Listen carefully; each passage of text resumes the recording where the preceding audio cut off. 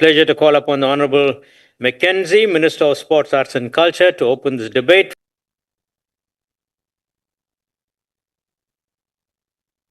Thank you very much. We are the lawmakers. This country is a beautiful country. We should not make our differences make us destroy this country. We, the people, have voted for all of us here. And we should make sure that petty differences does not make us lose our country. I want to speak. Being in opposition doesn't always mean you have to disagree. And being in government doesn't mean you should behave like an opposition. You have to choose a side. We can't be together in government sometimes. And you are fighting us more than the opposition is fighting us, but you are with us in the government. It can't happen. We see nobody speaks about it, but somebody needs to say it. I was asked, why don't you attack President Ramaphosa more frequently? I said, when he called me, he asked me, do you want to be part of my government? I said, yes. If you want me to attack him more frequently, I should have said, no, I want to remain outside so I can attack you more. Where we see mistakes, we are not quiet. We fix this thing. As in government, we are sitting in cabinet and we are fixing those things. Because you don't hear us, that doesn't mean we agree with everything. But you can't be with us. And we don't know, are you going to vote for our budget? We know MK is not going to vote. We know EFF is not going to vote. But some of us don't know if the DA is not going to vote. You guys need to really behave better at the Democratic Alliance. This is a great country. You can't behave like that. It is wrong. You hold us ransom every time. I've come to the stage where I am really tired of this randomness. We don't know where we stand. And lastly, that's what you think of colored people, that they get bought by 100 rands. You never say that about a white person. Yes. I would like to leave you with a poem for all the people that laugh. The chaplain, can you protect me against this white man here? Please give the speaker on the podium a chance. Honourable Chair, right in the back of our point of order, right in the back of our book, there's a phrase that's not allowed here. He cannot call me a white man. Because I can do the opposite and then I won't be allowed in this house. Don't do it. Call you what? Cannot call you what? I didn't hear that part. Minister just called me can this white man keep quiet, Chair? I'm a member of Parliament. You can say Honourable Badenhorst. Thank you. All right. Thank you for the point of order. Honourable Kaza, please keep your posture. Honourable Badenhorst, will you please keep your posture? I think that what is critical, to say someone is white is not an insult. No. Can we turn it around? This is not an insult. But what I'd like the House to observe is that we must have some sort of a restraint when speaking with each other. So the point of order not sustained. You can continue. Thank you. I would just want to add something. Thank you, Chair. He has blatantly just accused me of bribing somebody, and he's accusing me of a crime. Yes. The lady you're talking about, her son has died. So I just think you better lower your voice. So I'm just... Honourable Badenhorst, you cannot have a commentary with the minister, please. If you have anything to say, raise your hand and have a point of order. Please. I think that gesture is also unparliamentary. We know very well Rule 61.A. We cannot be offensive in this house. The offenses can come in two forms, in the form of language or in the form of gesture. So I think that we must have restraint here in this house. Over to Minister. All right. I just want to, for the people that love South Africa, I can see you are trying. So I want to leave you today with a poem, one of my favorite poems.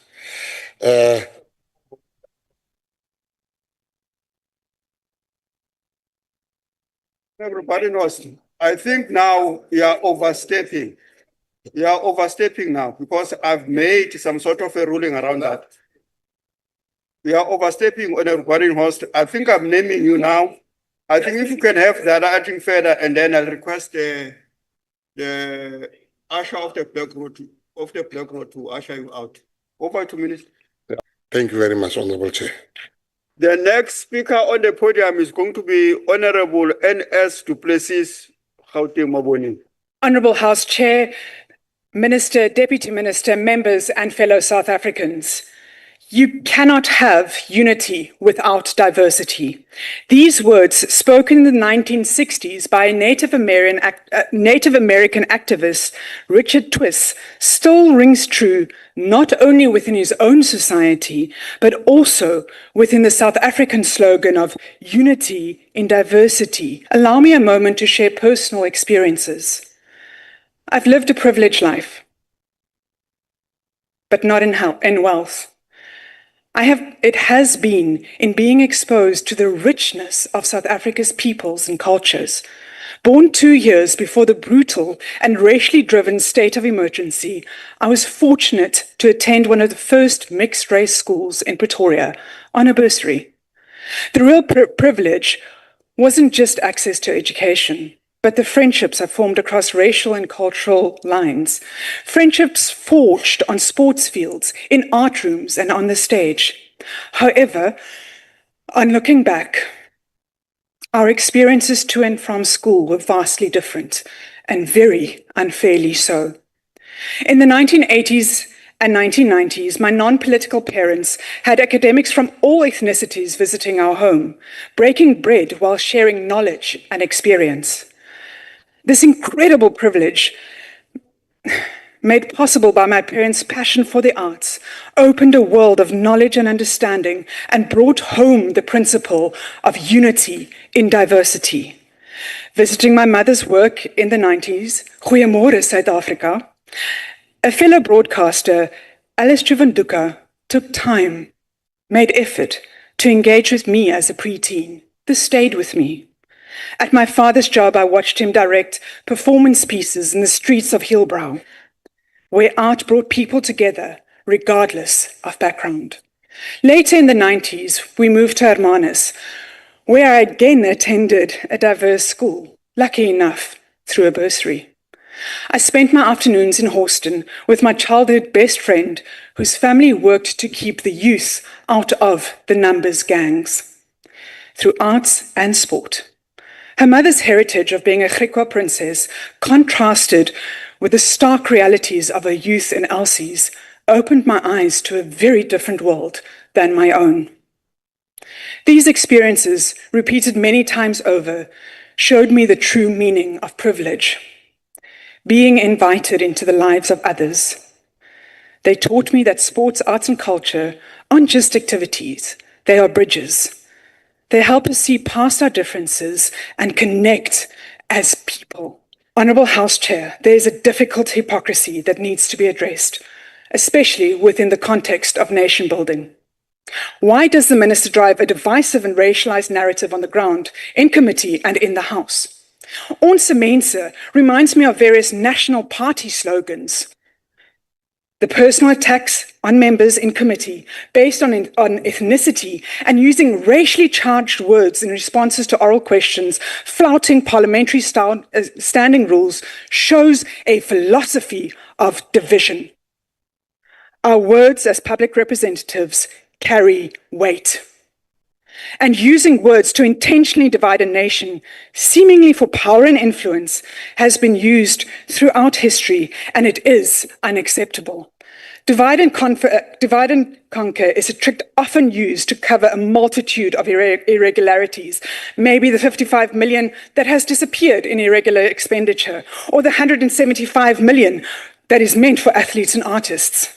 Honourable Chair, we took an oath to protect the principles of the Constitution, and this includes non-racialism. We invite the Minister, Honourable Gayton McKenzie, back to the podium.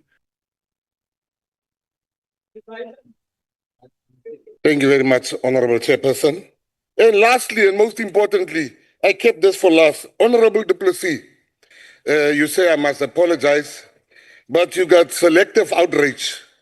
You said nothing when this colored man was saying that I bribe people. It was a bribe. He's accusing me of a crime. But because your inability to confront right wrong has stopped you from standing up here and tell him you can't tell a person. Secondly, you come here and you say, you quote Liam Jacobs extensively, but you don't quote him fully, where he said that he left the DA because it's a racist party. Black people don't have no place at the DA. So when you want to quote, don't quote selectively, quote everything. You come here and you want to teach me about racism, something that has been, you know nothing about race and racism, something that I have experienced my whole life. You come here, Honorable, and you say you've got a privileged life. Honorable House Chair. Honorable Uh, House Chair. Honourable McKenzie, won't you take your seat? Yes, Honourable Du Plessis, what's your point of order? 66.1. In addition to Rule 4, which is that cabinet ministers need to comply with the rules as well of the NCOP. The rule says during a debate in the council, a delegate may be allowed to explain a previous speech, but only when and to the extent that the speech has been misquoted or misunderstood in a material respect. Honourable House Chair, I would like to move that there was a misunderstanding or a misquotation of the spirit of the speech that I gave and the terms. Thank you, Honourable Du Plessis. I'm not sure if you're asking me to rule on that. Honourable House Chair, would you like more explanation? And I'm very happy to give more explanation. And if there's... No, I think you've made it clear, but Thank you. yeah, you've It made your is- point. Thank you. Honourable McKenzie, please continue. Afrikaans is my first language. When you say, ek praat van onze mense, and that I only speak about our people, that for me is an affront.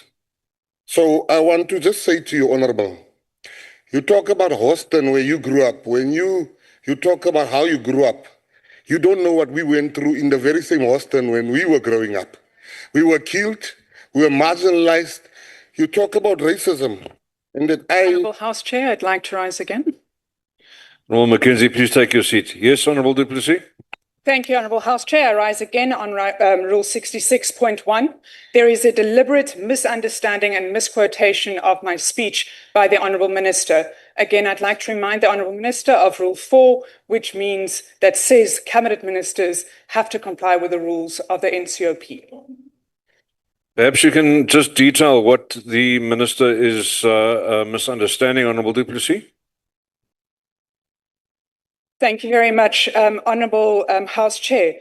I'd like to say that I never said I understood the experience. What I said is I was open enough to listen to the experience of others and to show empathy for what people have gone through. Additionally, I'd like to add, Honourable Minister, I had to actually walk through a protest in Houston when I was 13 years old. Thank you, Honourable Du Plessis. I think it's not a chance to reopen your debate, but you have clarified your point adequately. Thank you very much. Honourable Minister, please proceed.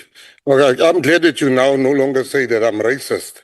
But I want to tell you that there's white people that didn't just walk through protest. They were imprisoned. They were with us in the trenches. They were fighting. Your closest experience to the struggle we fought was to walk past the struggle. And partly police would have done you nothing. In Point of conclusion, order, Honourable Chair.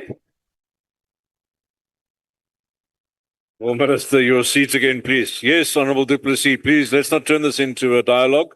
But what's your point of order? Honourable House Chair, this is not a dialogue. However, the Minister is continuing to misconstrue with intent and misquote and misunderstand in a material respect. Honourable Du Plessis, I think that... In a day that was meant to be about arts, culture, and sport, Parliament instead found itself in the middle of a fiery showdown. During the policy debate on Budget Vote 37 for the Department of Sport, Arts and Culture, the chamber witnessed sharp exchanges, raised voices, and a dramatic clash between Minister Gayton McKenzie and several DA MPs, a moment that quickly became the highlight of the day. The debate began like most others. MPs took turns outlining their positions on how the department should spend its proposed budget. Some praised its efforts to promote grassroots sports and protect cultural heritage, while others raised concerns about underspending and lack of delivery in poor communities. But then came Gayton McKenzie. Taking the podium with his signature no-nonsense style, McKenzie immediately shifted the tone of the debate. He accused the opposition, and the DA in particular, of trying to sanitize issues that are deeply rooted in South Africa's past. He didn't mince his words. He challenged their silence on economic imbalances and slammed what he called a refusal to confront the legacy of white privilege that still grips key sectors of arts and sport in this country. He pointed to the dominance of certain institutions and individuals in arts funding, saying, "We can't keep pretending that everyone has an equal shot when the playing field was never level to begin with." The DA benches erupted in protest. Several members attempted to interject, calling his remarks divisive and inflammatory. One megapixel accused him of race baiting, instead of presenting a proper budget plan. But McKenzie wasn't backing down. He turned the accusation on its head, firing back with a question that silenced the room. Is it race baiting to speak the truth about who benefits and who doesn't in this country? He went on to explain that the Department of Sport, Arts and Culture has a duty not just to entertain, but to uplift. He spoke about township soccer clubs with no fields, artists with no platforms, and museums that still glorify one version of history. His argument was that a budget without transformation at its core is nothing more than window dressing. The tension was palpable. Some MPs nodded in agreement, while others shook their heads in frustration. But what couldn't be denied was the energy in the room, raw, confrontational, and unavoidably honest. For many South Africans watching, it was the kind of debate that finally touched a nerve. Because this wasn't just about numbers and allocations. It was about power, access, and the story of who gets to shape the culture of a nation. As the debate continued, McKenzie wrapped up his address by saying, "This budget must fund the dreams of children in Gugulethu as much as it funds those in Sandton. Anything less is betrayal." The rest of the session went on, with other MPs trying to bring the temperature down, but the moment had already defined the day. The clash wasn't just a parliamentary squabble, it was a mirror reflecting the unresolved tensions in South African society. Whether you agree with McKenzie or not, one thing is clear, this wasn't just another budget vote. It was a powerful reminder that culture is political, sport is social, and parliament, when it's honest, is still a space where uncomfortable truths can be spoken.